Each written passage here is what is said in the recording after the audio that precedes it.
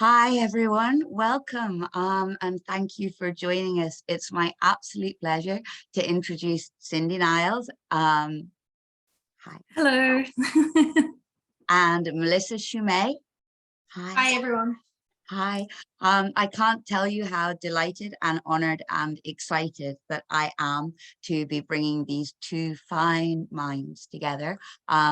Melissa Ciummei is a financial analyst and investor from Ireland with a background in economics and theology.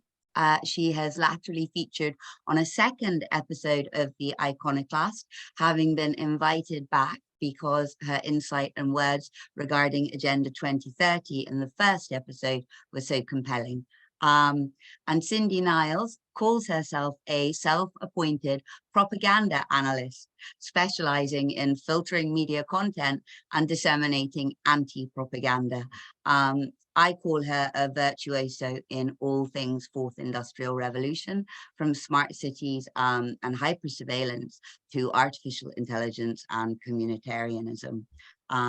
So welcome, both of you. Thank you so much for giving of your time. Thank you so much for having us, Tiamora, and it's such a pleasure to meet Melissa, actually. I feel the same. I think we've both been following each other and we have a lot of mutual understanding of what's going on right now.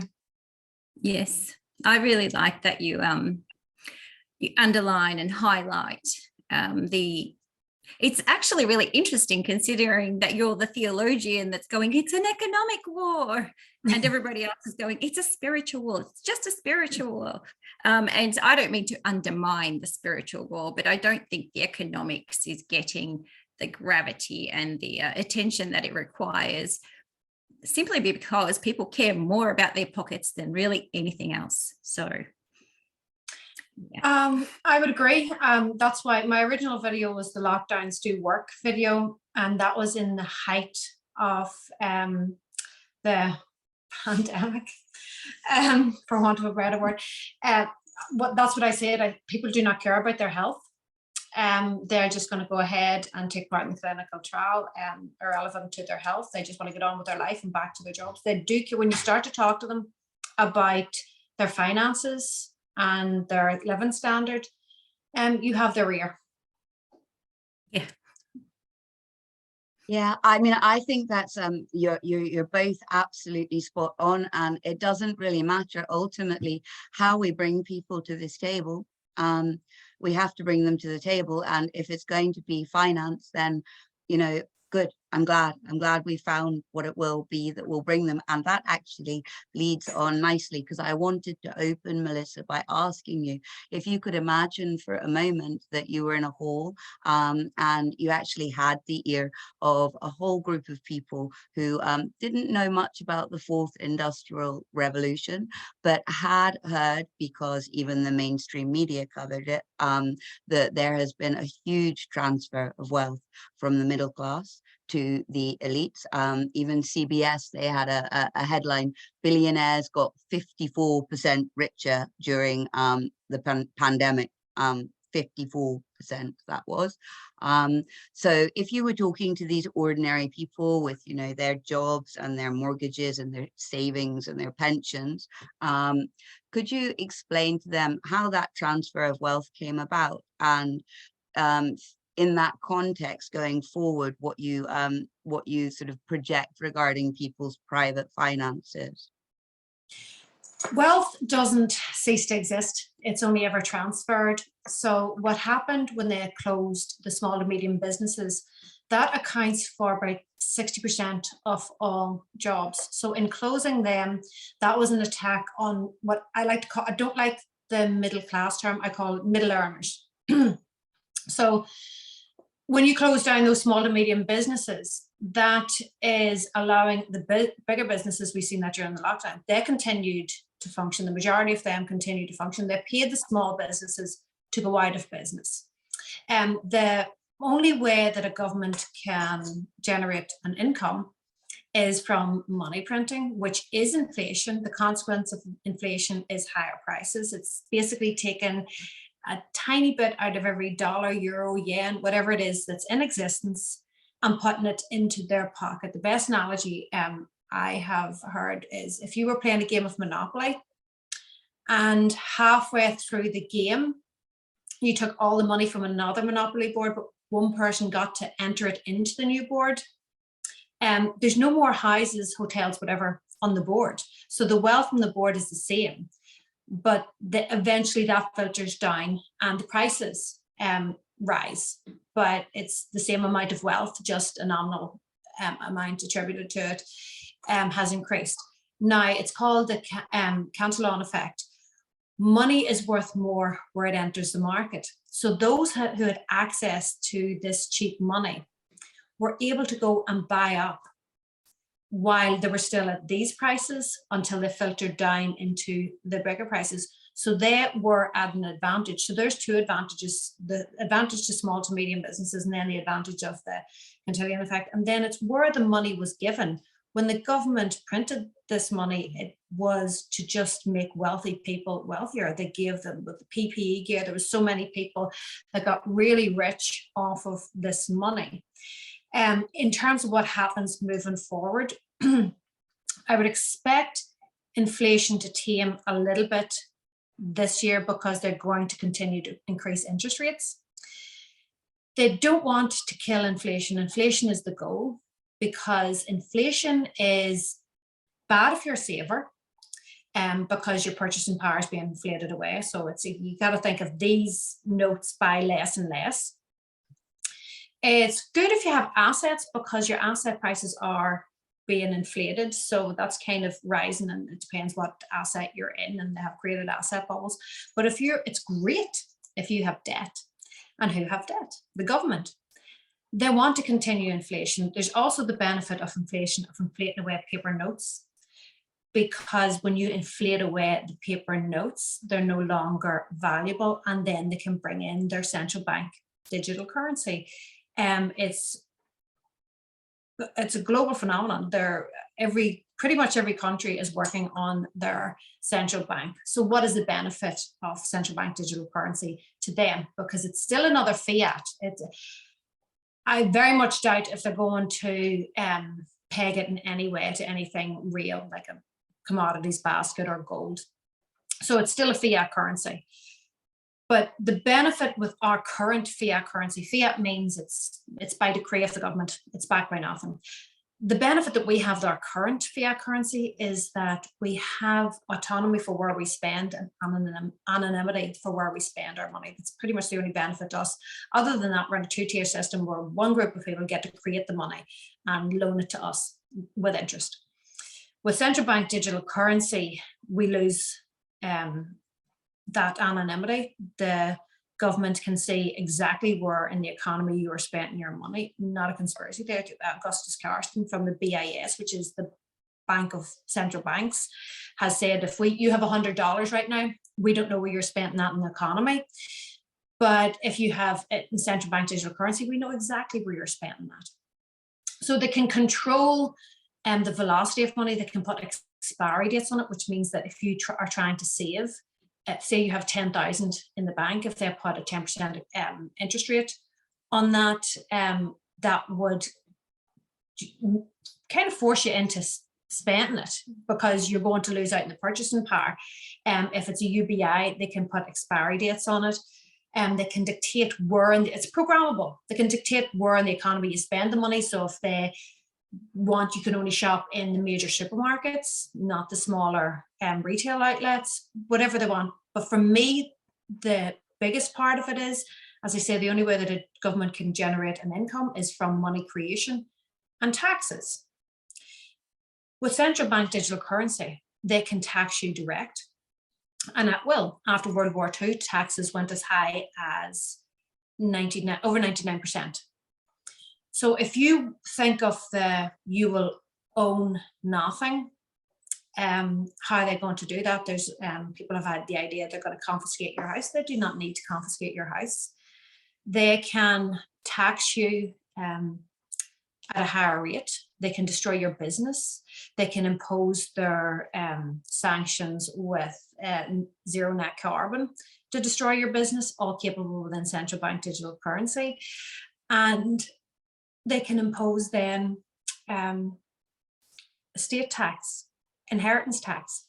So when you, or just tax your property. So say you have a property right now worth $500,000, and with inflation, that property rises to 1 million.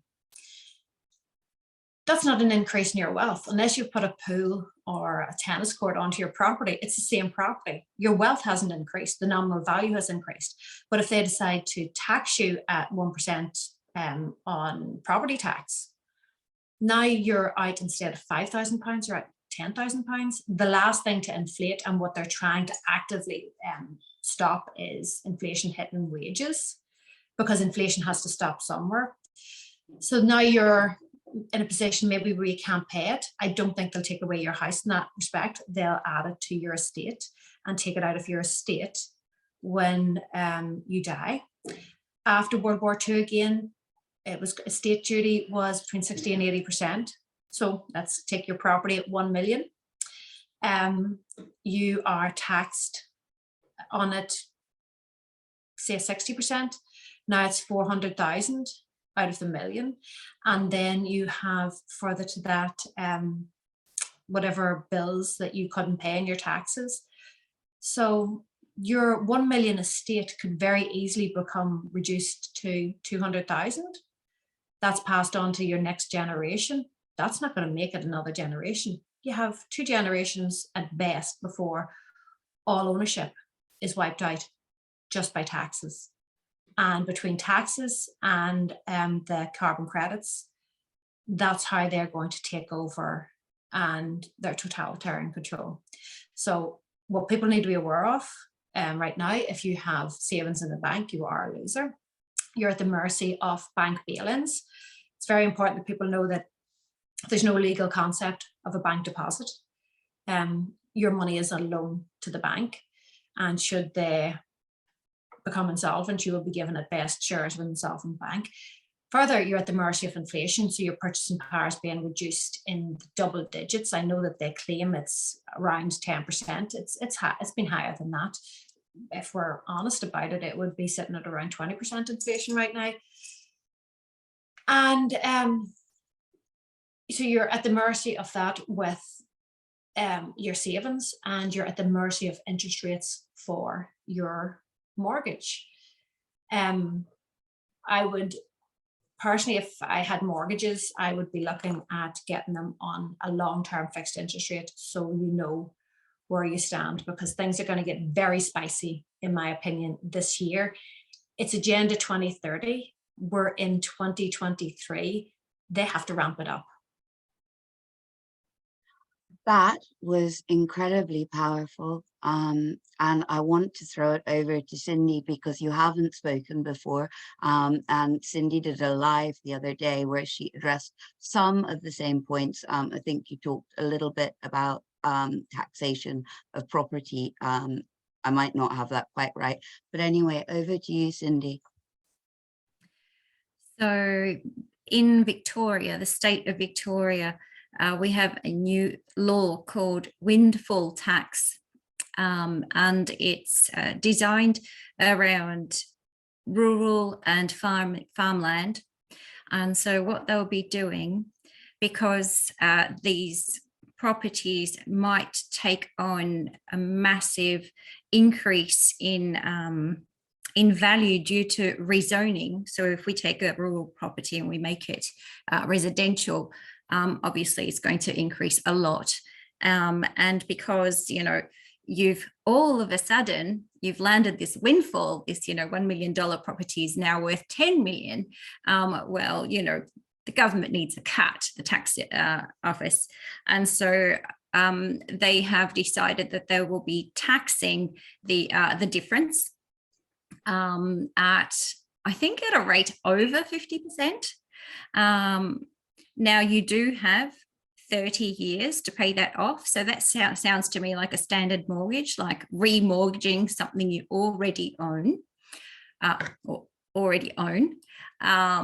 or if you sell, you have 30 days to pay it off. Now, that's that's probably the most direct way that they can take people's properties, I would say.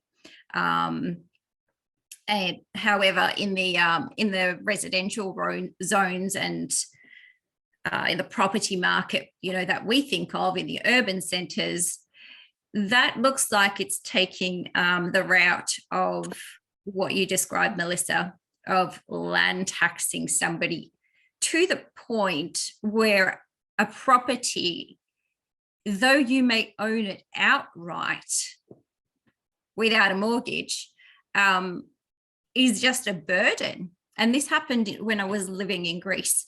You know, we went through the same global financial crisis in Greece and in Ireland and Italy and all the pig countries. Now, I don't know how bad it was for you in Ireland, but I can tell you in where I was, we personally, my partner and I, we lost over 200,000 euros with that through his investment in a taxi. So, and we were never able to get on our feet.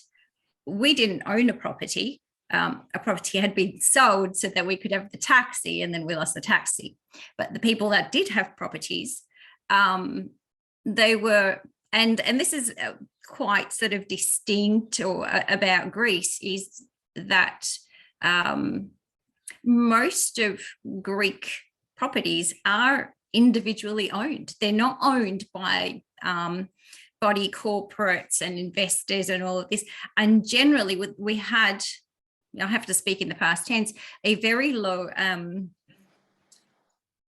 percentage of houses that were mortgaged. People owned their properties outright. They had to come and get them.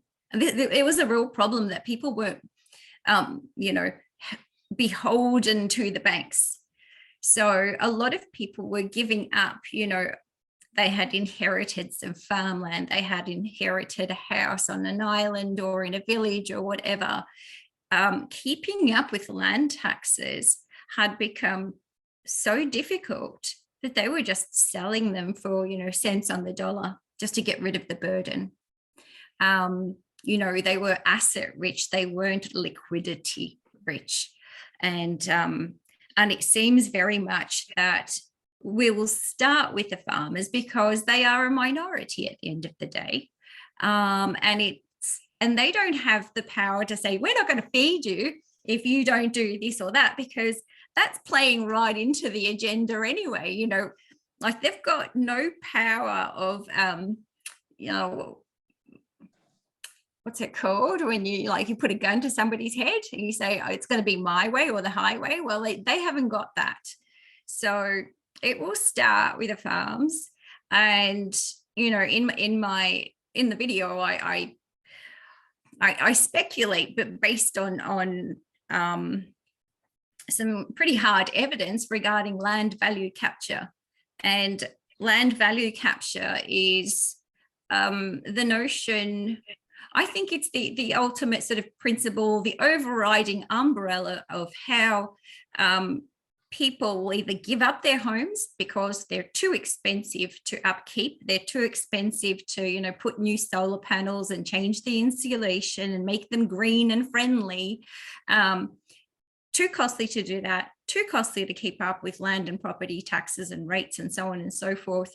And the land capture value umbrella means focuses very much on urban development and mega cities and high density areas. You know, how do we put the maximum amount of people in the smallest amount of space and suck as much data out of them? And how that works is with public-private partnerships, finding money, and often it comes straight directly from the actual taxpayer. So they invest in infrastructure, raising the value of an area. Because that area is worth more now, rates go up, so property owners have to pay more. to the point again, you know, we're following the same pattern over and over again, whether it's like a windfall tax and it's, you know, sort of in one go, once and out, or whether it's a slow build up, we're ending up with the same thing. And how they're going to get the renters, the people who are property-less, owning or living, residing in these places that are so expensive, is to actually credit them with, you know, peanuts with their universal basic income or carbon credits or whatever. They'll actually give them like living credits, or, you know, you live in this really expensive place, urban area, which is worth lots of value credits. So not only are they crushing the actual individual land or property owner through these taxes, they're also taking the people who have very little by the nose, and they're going, look, you know, like, here's money to live here, you know, we'll supplement your wages to live here. And therefore you create an atmosphere, you create the sentiment that it's an awesome thing that these individuals are losing these properties. It's so much better now that the public-private property owners are running things, because now I can afford to live there. So that aspect describes the fact that there'll be no resistance, but it will be wholeheartedly, you know, lauded to begin with, because it's always to begin with. You know, at the beginning, somebody who doesn't have a property, somebody who does rent and ends up in the right place, you know, and gets their token credits, whatever, and makes living in some place viable, will be like, this is awesome. This is great. You know, I should have equal opportunity to reside, you know, in the center of the CBD. But that's just the beginning. That's just the beginning until they get all the property, because literally they are aiming for the entire kind of urban space. And that comes from an article in a magazine. It's one of those really glossy magazines called Noema, Noema. In Greek, that means meaning, but I know it's unheard of, this glossy magazine, but it's the kind of magazine they read, not, you know, so I only accessed it because of Romanello, otherwise I wouldn't have seen it. But it has it describes the process that I just went through in a lot of detail, and it just all the pennies drop, speaking of finance. Sorry, I took too long. No, not at all, not at all. Melissa, I would love to hear what you have to say in response. Well, this is absolutely their goal. It's not, all you have to do is look at what their objectives are. What are they telling you their objectives are? Depopulation and less energy usage. That's what their agenda is. So are there moves to play that out within politics? Absolutely. If you look at your political leaders, are they following this agenda? Yes. How are they going to implement it? Through the virtue of zero net carbon. Right now in China is a surveillance state, but you're talking about 1.4 billion people. That's a lot of data. Now, with the move between BRICS and the WEF nations, I don't actually see that. I think that they're using the BRICS, well, Klaus Schwab said, was it that China is the model? So they're intending to, for me, they're near using the BRICS to crush any semblance of democracy that we would have. And take America, 330 million people, something like that. That's not enough data to compete with 1.4 billion. So they're really going to have to entice us because they need our data. Right now, information, data is the new gold. So they want as much information as possible. Why? Because they need to program their artificial intelligence. It's not as advanced as what we would think it is, but it's way more advanced than what it should be. There is a finite amount of resources on the planet, according to the elites. I guess they come from a mentality of shortages.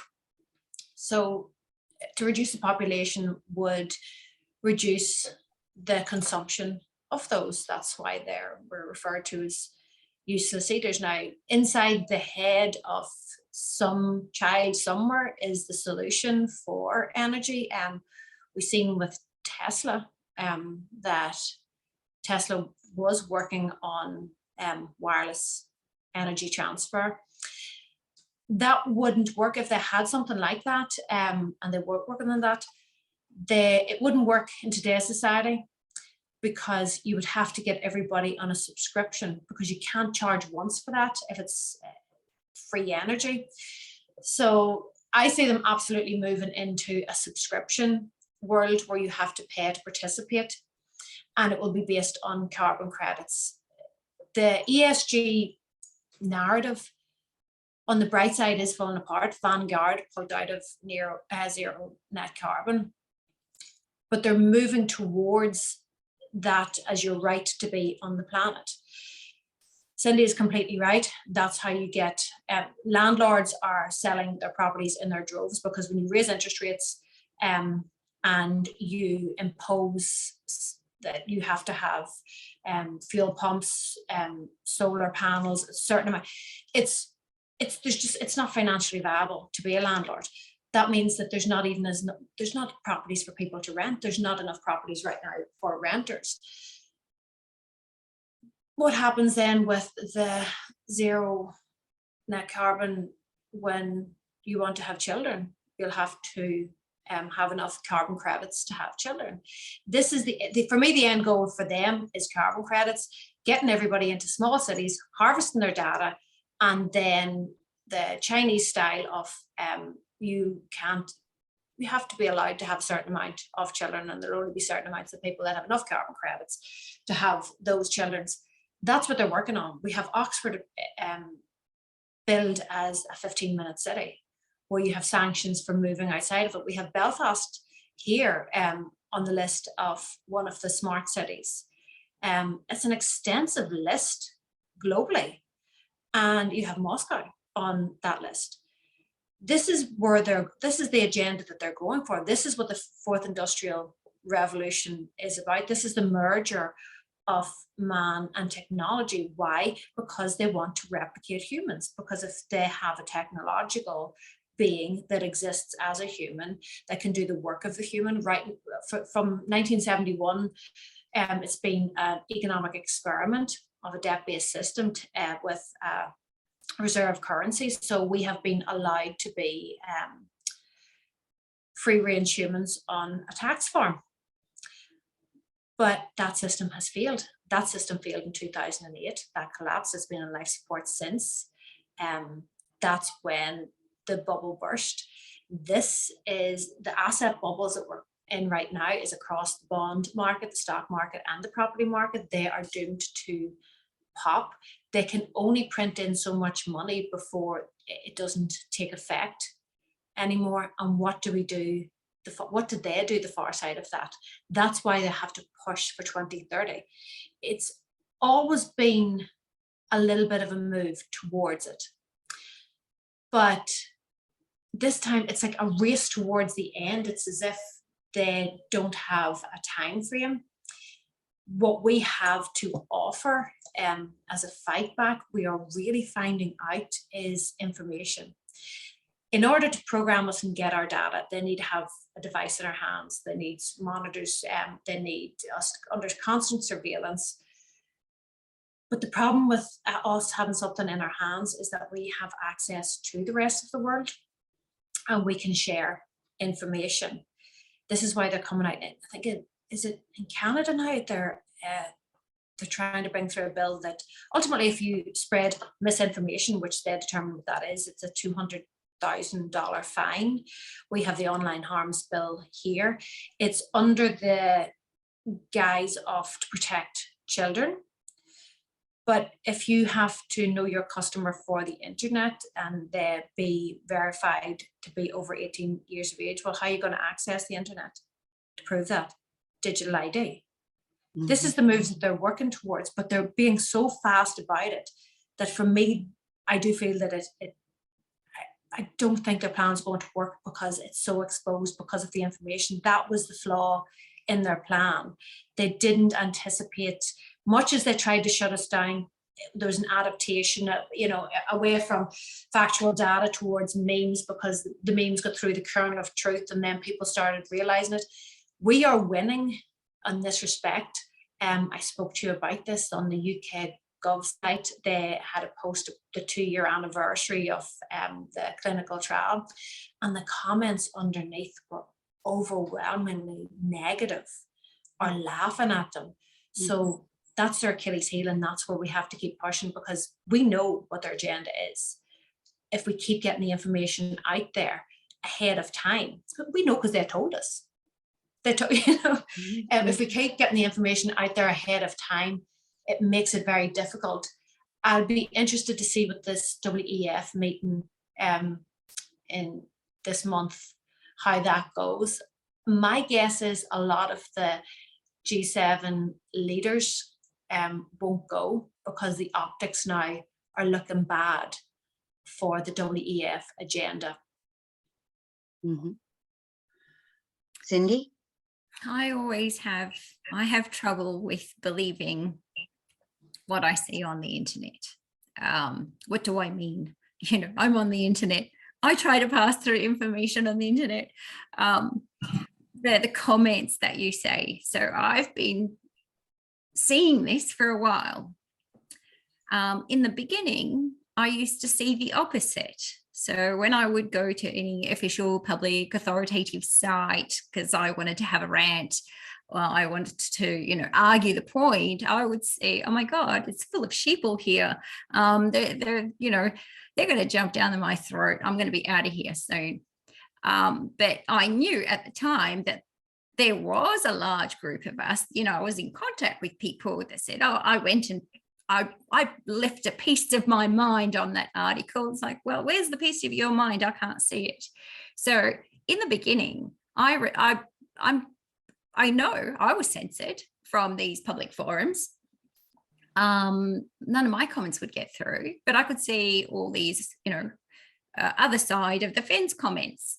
And then there came a point where there was it was a mixed bag. And now I see literally, like, I can't find a normie comment. And I don't understand this. It doesn't make sense to me. I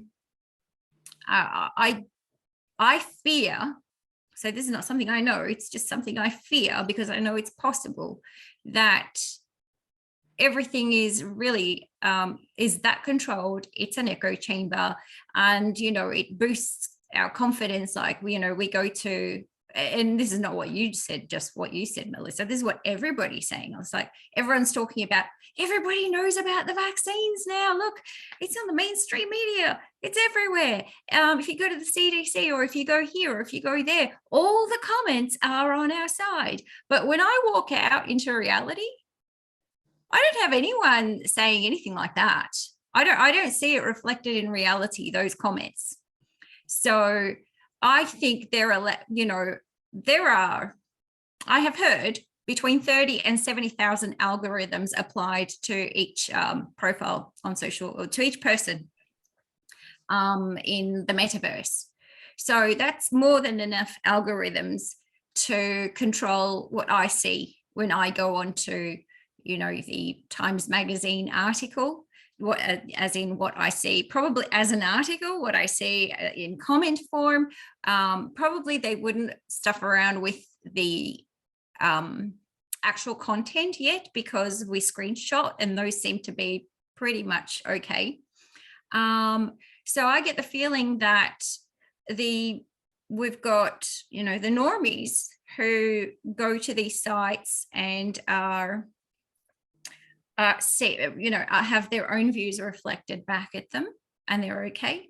And I go to a site and have all my views reflected, and so I go, okay, cool, good, we're doing a great job, we're moving right along, there's nothing more I really need to do. People are waking up, but I'm not experiencing this anywhere but online. Are you experiencing it in your real life, Melissa? For me, I am starting to see people, in terms of the consequences. I was the same, very much censored. So I would go on and look at a friend's Facebook. I would get their Facebook and have a look at a comment that I had made, you know, in the height of everything on whatever UK Gov or NHS, and it would not be there. So it would be censored to me. So I do agree that it's an echo chamber, and you're kind of seeing similar content, because the whole purpose is to get you to engage, to get more and more data. I think that the information is being allowed out in regards to the clinical trial. I think that's very deliberate. I think that anybody who has taken part has taken part. So to allow an awareness of the consequences, well, they don't know the long-term consequences, even if they have been testing this long-term in secret in human trials, they can't still gauge the consequences when it's let out to the general public. So they don't know. So they're allowing that information out there, and it's just another talking point. And everything is to not talk about, for the average person, if you go out and say to them about central bank digital currency. I was talking to somebody a few days ago, somebody I regard as clued in and very intelligent, never heard of central bank digital currency. So we're definitely being censored in regards to that. What was medical misinformation is now moving to economic disinformation, misinformation.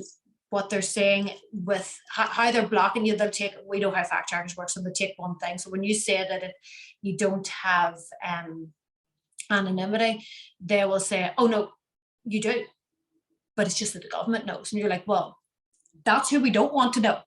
So I think it's everything. They do not want the information about the economy to get out there. The next move is towards weather. And we've seen that very quickly, whereas we had the wee bars under what we're saying, you know, for the clinical trial, that's now coming up for weather manipulation, modification. Again, people think it's a conspiracy theory, but you type in any country, weather modification is actively in the open going on in over 50 countries. If you type in USA, weather modification, UK, weather modification, Australia, weather modification into Google, which censors everything, it comes straight away. So that's what they're moving towards next, because they have to ramp up. Their last hope is this climate agenda, the zero net carbon, and it's already fallen apart on them. So they really need to act fast on that one. For me, people,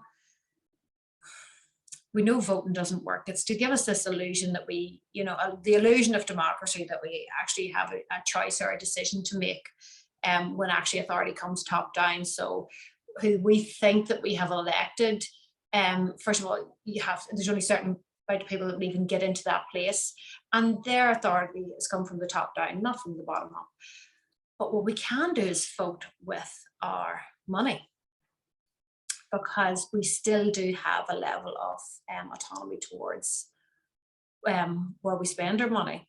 And that's why Vanguard are pulling out. And in America, BlackRock are being challenged legally, I think in 5 states, and then in a further 19. So this agenda is falling apart for them. What we need to know is they're going to regroup and come back harder at us. There's going to be a lot of people that when they're cold and hungry are going to very much agree to universal basic income. And that's the plan. That's where we're moving towards. I don't think that there's as many people aware right now. How could there be bread and circuses? How could they possibly be aware? It's if something, I don't have Netflix, I don't even have functioning TV. I would buy, if I want to watch something, I'd buy a box set and DVD that I choose. But you'll see the memes showing up if something's on trending on Netflix or whatever, and it's massive. That's what people are focused on. So yeah, I don't think that they're waking up to the degree, but getting the information out there ahead of time, people know that they were fooled over this past 2 years. Nobody likes to admit that they were fooled. So there's a percentage that are just still completely dedicated to it, but they know they're fools. So when you're kind of telling them this is the next one that they're coming up, yeah, they're going to think you're crazy, but then it's going to come up and they're going to see it and they're going to go, well, that person was right before. And that's maybe where we have the edge. In the end, freedom and free markets always win out. Their idea of these smart cities and 15-minute cities and getting everybody in and, you know, just giving them the basic rations, and like, whereas I say we were free range humans on a tax farm, they want us battery humans, you know, on our wee cages and just doing what they want us to do. Governments are inefficient and ineffective, and that's why socialism, etc., doesn't work in the end. There's always a pushback towards it because freedom is a natural instinct. And yes, we do have a generation now, and that's our generation, that want the freebies, you know, but there's no such thing. So when you're given universal basic income and you can stay at home and express yourself through the medium of dance or whatever it is that you're supposed to do, yeah, that's great. They're going to use that to wipe out the middle earners. Then when the middle earners are wiped out, well, who's going to do the work? Because if I could wave a magic wand and give everybody £1 million tomorrow straight into their bank account, the majority of people aren't going to go to work. Why would they have £1 million? What are they going to do? Not work. They're going to consume. Within, let's say, be reasonable, be generous, 8 weeks, there's nothing left to consume. So then there's nobody working. Because if you don't produce, you can't consume. So universal basic income is not logical. We don't have the technology that they're speaking about, you know, that we can just all get robots to do everything for us. So when you get your universal basic income, and let's flash forward 2 years and 3 years, the middle class is 2030. Middle class is gone, middle earners. Go dig that ditch. I don't want to go dig the ditch. I'm, you know, living in a smart city, express myself through the medium of dance. Well, if you don't go dig the ditch, you don't get money. And that's the level of control. They can shut you out if you don't do what they say. And it's a trap. We're moving into the trap. And I did a video of how to catch wild pigs a while ago. I actually must repost it. It's how do you catch wild pigs? So you put up a fence and the pigs get a little bit spooked, but you put down some free corn, so they go in and get the free corn, the outside of the fence, the outside of the fence, the outside of the fence, and then you put on the gate, and they keep on getting spooked, but the free corn, they keep going back for the free corn, and then they go in through the gate for the free corn, and then the gate's closed and there's no more free corn, no more. And they harvest the pigs. That's where we're going. I think between the pigs and the boiling frogs, that's just like we've got it all covered, you know. But people aren't very good at seeing analogies and metaphors. I really wish they would. Sorry. You wrote a beautiful metaphor the other day. You were talking about a gorilla in a enclosure, which is so far from being free. And that was really kind of what you were talking about. You were comparing this gorilla and his life to what it would be like to live in smart cities, being geofenced, 20-minute neighborhoods. You elaborate a little bit on that place for me. Okay, so it was a juxtaposition actually of two experiences of mine that I had at the zoo. One when I was very, very young. So we're going back quite a few years now, maybe 40.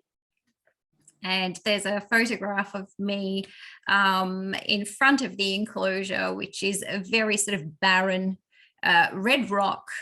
It's like a stage almost, you know, like with a backdrop and a ledge and some crevices and stuff. And the gorillas, that's where we see them. And the photograph is taken obviously from behind, but I'm the only one that's there in front of the fence watching on because everyone's pulled back. because the gorilla has picked up his feces and is flinging it into the crowd. I didn't get any on me. And at the time it was funny, and it was, the crowd was like, whoa. And that's kind of all I remember. When I went back, when I was, it would have been 10 years ago now, I was an enthusiast photographer, so I went with my DSLR, and I was happy to see that the enclosures had been improved. So they had made, science-based, closer to the natural environment. So they were much larger enclosures. They had more stimulus, more hiding spots as well for the gorillas. But this silverback was just sitting on a little mound, and he was old. You could tell. Their physiognomy so close to ours that you feel like you're looking into a human's eyes. Anyway, we looked at each other for a bit there, and I could see how, well, I think I could see, I cannot verify, but he looked so depressed. He looked so sad, And anyway, I ended up crying. I don't think he ended up crying. He kind of seemed, if you were a person and I had to describe him, it kind of reminded me of how somebody would look if they were doped out, zoned out on some kind of tranquilizer, and kind of knew it and was depressed about it. Anyway, I didn't go back. But, they went from super prison to, open range and, free range, but it obviously wasn't better. Mm-hmm. And we're going to go the other way. We're going to go from the big free range of, if you can afford it, you can traipse around the world, to you might be stuck in a 20-minute neighborhood. And it doesn't matter how much entertainment, how many venues, how cheap they make it, how much corn they offer us in that perimeter. Just simply the idea that there's a fence there, I think that's enough to drive somebody insane, particularly somebody who has known the difference. And what I fear, because I'm just the eternal pessimist, Melissa, sorry. That's kind of like the role God gave me in life, when you think, oh, that's not going to work, and I just kind of seem to find a way that's going to work. Like everything they think of, it doesn't matter how horrible it is, it seems to work. What I'm most afraid of is the younger generations who don't have a lot of hope, who don't have a lot of skills. So, when they're given their UBI and told to jump hoops, I don't think they'll know how to do anything differently. I mean, I can barely grow a tomato. Mm-hmm. I can make bread. I can do a few things, but that's because I'm this old. Mm-hmm. Younger people, I really fear for them, because they don't, everything, I think as Cindy, everything is contrast. Everything is, what do I know in life? What have I seen in life? And can I contrast it? Well, that's how I understand things. That's how I value them and judge them. And how can somebody contrast something they've never known? How can they reflect upon a freedom they've never felt? How can they, crave a steak they've never tasted? Mm-hmm. I worry about this. I think it's a hugely legitimate concern. We've all sort of, or most of us, have seen the defector explaining how it only takes a generation of policy to remove, ideology from a culture. All they have to do is target the children. Cindy, you know about emotional and social learning. You could you tell everybody a little bit about that and how that happens in the schools? That sort of furthers the process of what you're talking about. So it seems to kind of go back. The further back you go looking, you will find evidence of this. But I would say that it started getting heavy about 100 years ago. So I think we're all on the same page of understanding that, you know, all this plan goes back a long time. And it is a one world government, one mind situation. And therefore, what's most important is always the younger generations. And incrementalism also plays a part in this. You can't go from, oh, we're teaching the trivium to which is learning language, rhetoric, grammar, to a point where somebody's mind becomes free. You know, given if you manage to convey to a child all of what the human mind has sort of accomplished till now, pass on that culture of, you know, here's the height of language and here are all the tools. Now go forth and do what you shall. Withholding those tools is very important. And that started coming about, I would say about 120 years ago. And the program rolls on.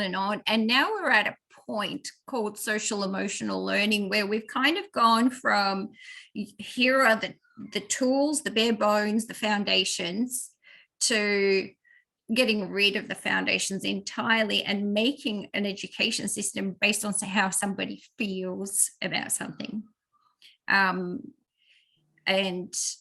this we would have seen personally in our school reports that had two columns. One was for achievement and the other was for effort.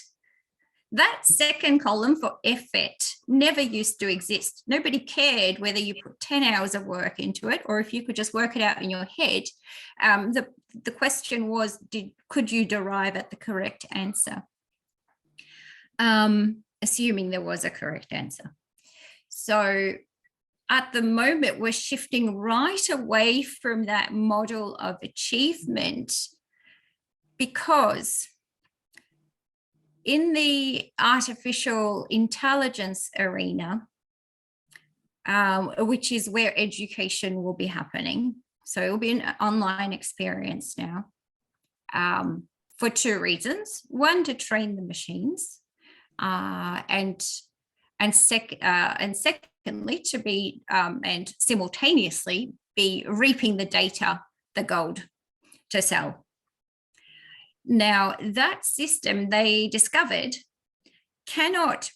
so online learning doesn't raise IQ. It doesn't actually have the capacity. It's not capable of raising cognitive function. So they decided, well, if we can't make them smart or smarter with this, you know, what is it we can do? How can we effect change? How can we affect, because to affect change means to have an impact, which is something measurable. It needs to be something measurable. So if we can't make changes in their cognitive function that we can measure and prove, and therefore, you know, have this model, then we need to do something else. And what they found is, can you hear me? It says my internet connection is unstable. All right. We can hear you, but your sync is slightly out. Just keep talking and we'll let you know if it's unmanageable. So instead of raising cognitive function and whatever, it was like, well, we can affect character, we can affect behavior. So therefore, incrementally, we've had this shift over to social emotional learning, which is behaviorism, essentially.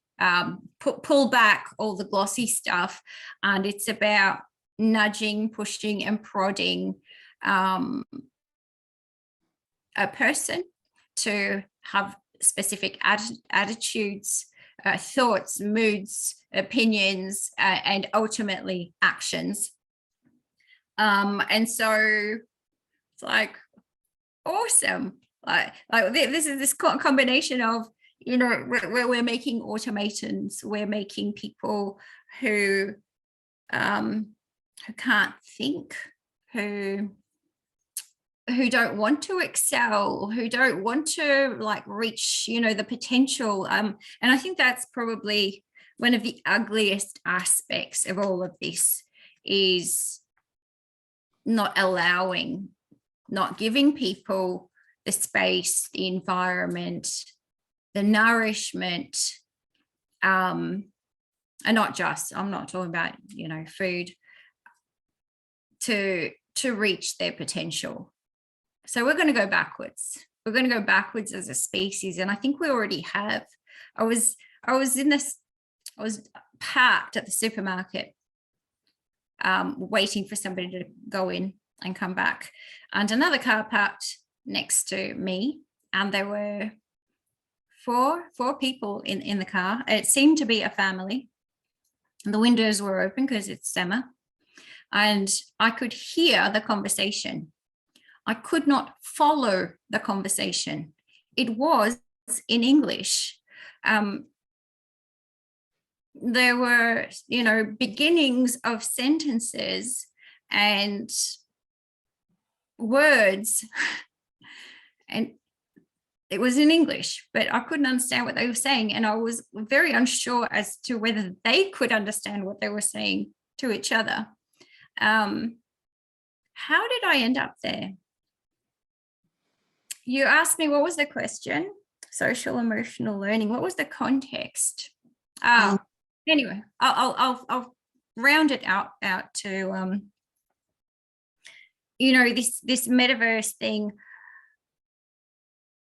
We all think, or I do too, you know, that this is just about control. This is about keeping all the resources for them. You know, like if somebody made me rich, as rich as possible, I'd be like, hey, this slice of paradise in Greece, this beach here, this is mine. You know, like, you go away.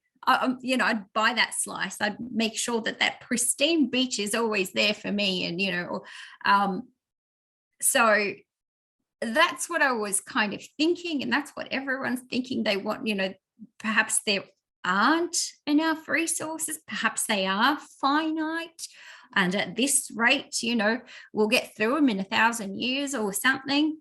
But I was listening to Alison McDowell, and I think I'm paraphrasing here a little bit and sort of putting my own spin on it, but I think ultimately the plan is, yes, robotics taking over, and automation taking over. And I think to get there, I think we have to hate physical life. So we need to feel totally betrayed by our bodies and by the physical environment, and to loathe it and to get to a point where we're like, yeah, I'm so glad to be rid of that cage, like the meat sack, which is holding me back, which is making life miserable. And I think even the you know, people keep asking, you know, it's a really good question that, you know, the normies always ask. But, you know, if they're spraying, they're breathing it too. If they're poisoning the water and the food, well, then they're eating it too. There's only so much they can avoid if they bombard. I think they're making the sacrifice. I actually think that because they've got enough wealth to live, you know, 20 lifetimes, I think, that's what they're after. Like, they're not happy to sort of bestow their money to like their kid or, you know, to some foundation and wait for the next Gates to look after it. I actually think that they've put sort of their money and their mouth into this dream of this God complex of living living beyond the physical, and we all have to go with them, because there's no way they're going to manage it without pooling the intelligence of, well, the planet, and merging it with the machine, and sort of like give it enough time, given enough time, you know, whether it's 50 years or 100 years, they expect to get there. So yeah, that was the happy note for today. I was going to say, I'll probably be drawing it to a close soon. You guys are absolutely amazing. The caliber of thought, it's beyond me at points, but I hope that it's not beyond everybody holistically, because I can certainly get the message from both of you as to what is going on. I wonder, do you have any guidance for somebody? I know, you know, you don't know for sure how it's all going to unfold, but do you have any ideas that you would give to anybody to say, okay, well, this is something you could do to slow it down, or this is something you shouldn't participate in, and by not participating in it, you are you know, you are going to you're going to affect some sort of resistance. I'll go to Melissa first quickly. Oh no, I'll go to Cindy because you have a pressing commitment. So I'll go to you first, if you wouldn't mind, and then we'll finish off with Melissa's thoughts. Okay, so it's the globalists say, think global, act local. That's what they tell their change agents and their disruptors and their innovators. So it's, you know, I'm very much, you know, fight fire with fire. So they're saying do it that way, and I would agree with them. Think global but act local. There is a very large component of this that requires our consent, like the whole way through. That's actually been a theme. They need your consent. You need to put the mask on by your own kind of volition. They can't put it on your face at gunpoint, nor did they vaccinate anyone at gunpoint. And if they did, it was some kind of anomaly exception. So, and they also need for their records to show that there is consent for these programs, which are happening in our local areas. And those consultation processes are happening.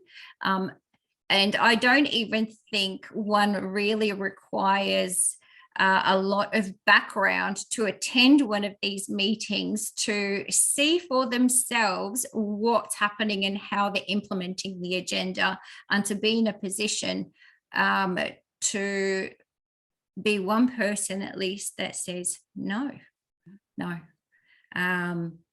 So I think that's where we should concentrate our efforts. You know, online, we need to have, 10,000 people upvoting something.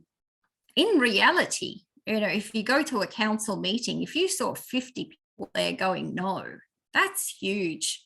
Mm-hmm. So I think it's kind of, you need a lot less in real life to make an impact, like they say. It's just hard to coordinate that, particularly because we're all online. And, standing in the middle of the street and talking about this stuff, they'll, put us in a white jacket and cart us away.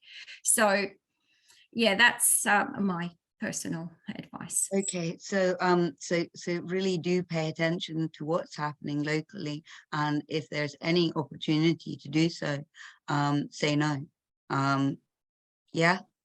Okay, and Melissa, just to get you going, not that you need any hooks, but it was just a personal question I was interested to know the answer to. People say, continue to spend cash, as in paper money, and obviously inflation is going to sort of mean that it's valueless. Is there any benefit or value in continuing to spend cash, in your opinion? Absolutely. Yes, we are at the mercy of inflation, and they can control the inflation. So ultimately, they can and will inflate paper cash away. So, what is the benefit of using cash?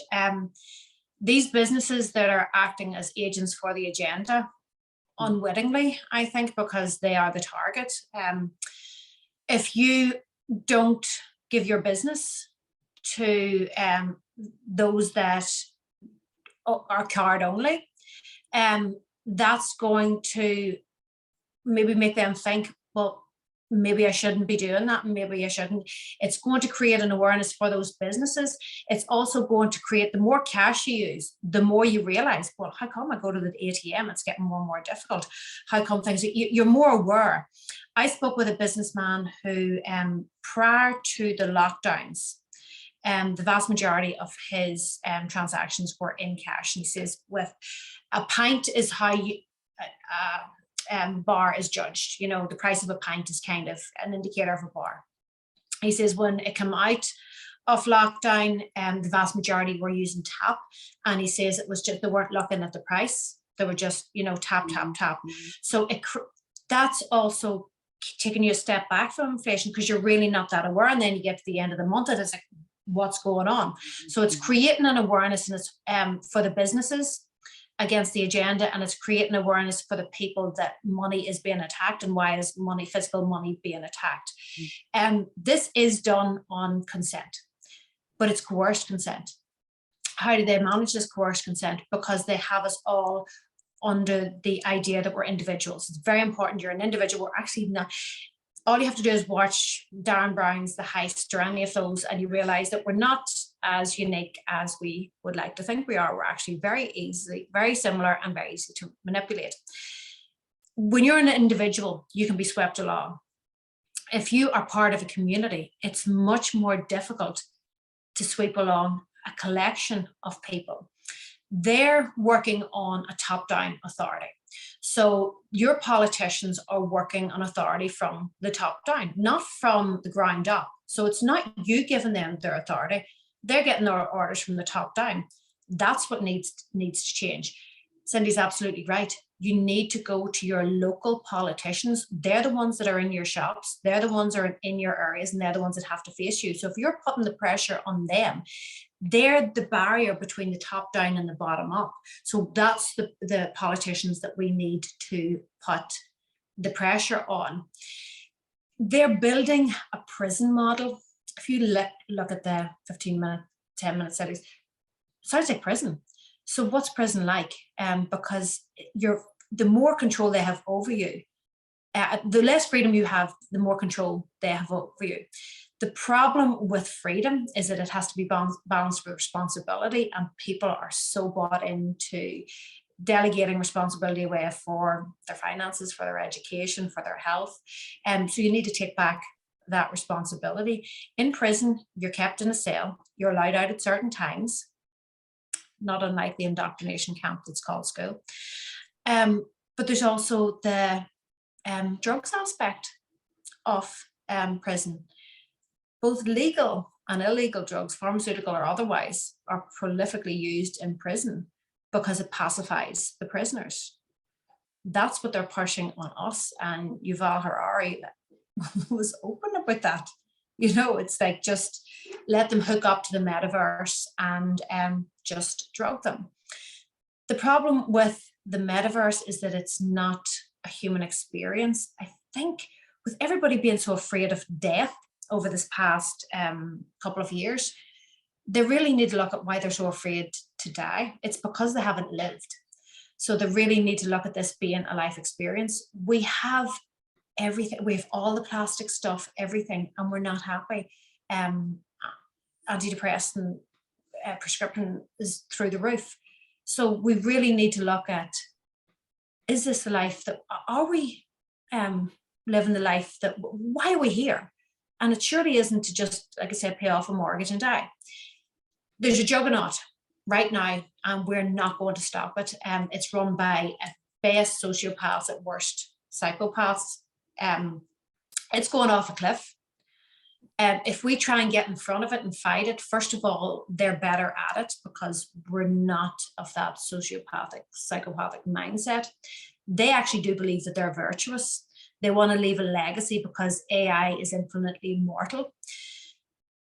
If we sidestep that juggernaut and create alternatives, which is organically happening, there's alternative schools happening, there's alternative local currencies happening. It is just keeping that, like, take their 15-minute city idea and apply it to your advantage, where you do have a strong local community. There's people in the juggernaut that know it's going off a cliff, but if there's nothing for them to jump off into, they're just going to stay in the juggernaut. So it is up to the people that are aware what's going on to get the information out there. It doesn't matter if you have 1, 10, 10,000, 10 million followers on your social media, or if you're 1, 10 or 10,000 friends, get the information out there. We learned with all of their bills being pushed through to shut us down, we know how powerful the information is. Just do something. Get people together in your local community, get stronger, build stronger, just do something. If everybody can do something. And ultimately, historically, this never works. But my fear and my pessimism is that we're going to have to go through the bad times to come out the good times. But if we're aware the bad times are coming, can we not skip that and take control? Because the reset's happening. It's either going to be dictated us by millionaires and billionaires, or we take control of it ourselves. But like I say, with freedom comes responsibility. We also have to take responsibility. Well, I think that's an absolutely fantastic way to end. Thank you so much, both of you. I'm quite blown away to be in your presence. I really appreciate your time, and I hope that we can gather again sometime soon. Yep. Take care, everyone. Okay. Thank you. Thank you, You're so Tamara, and thanks, Melissa. Such a pleasure to meet you and talk to you. I hope it happens again, and I'll see you guys online. I have to run. My dad's waiting for me outside. I feel like I'm 5. All right. No, all right. Everybody take care. Bye-bye. Bye.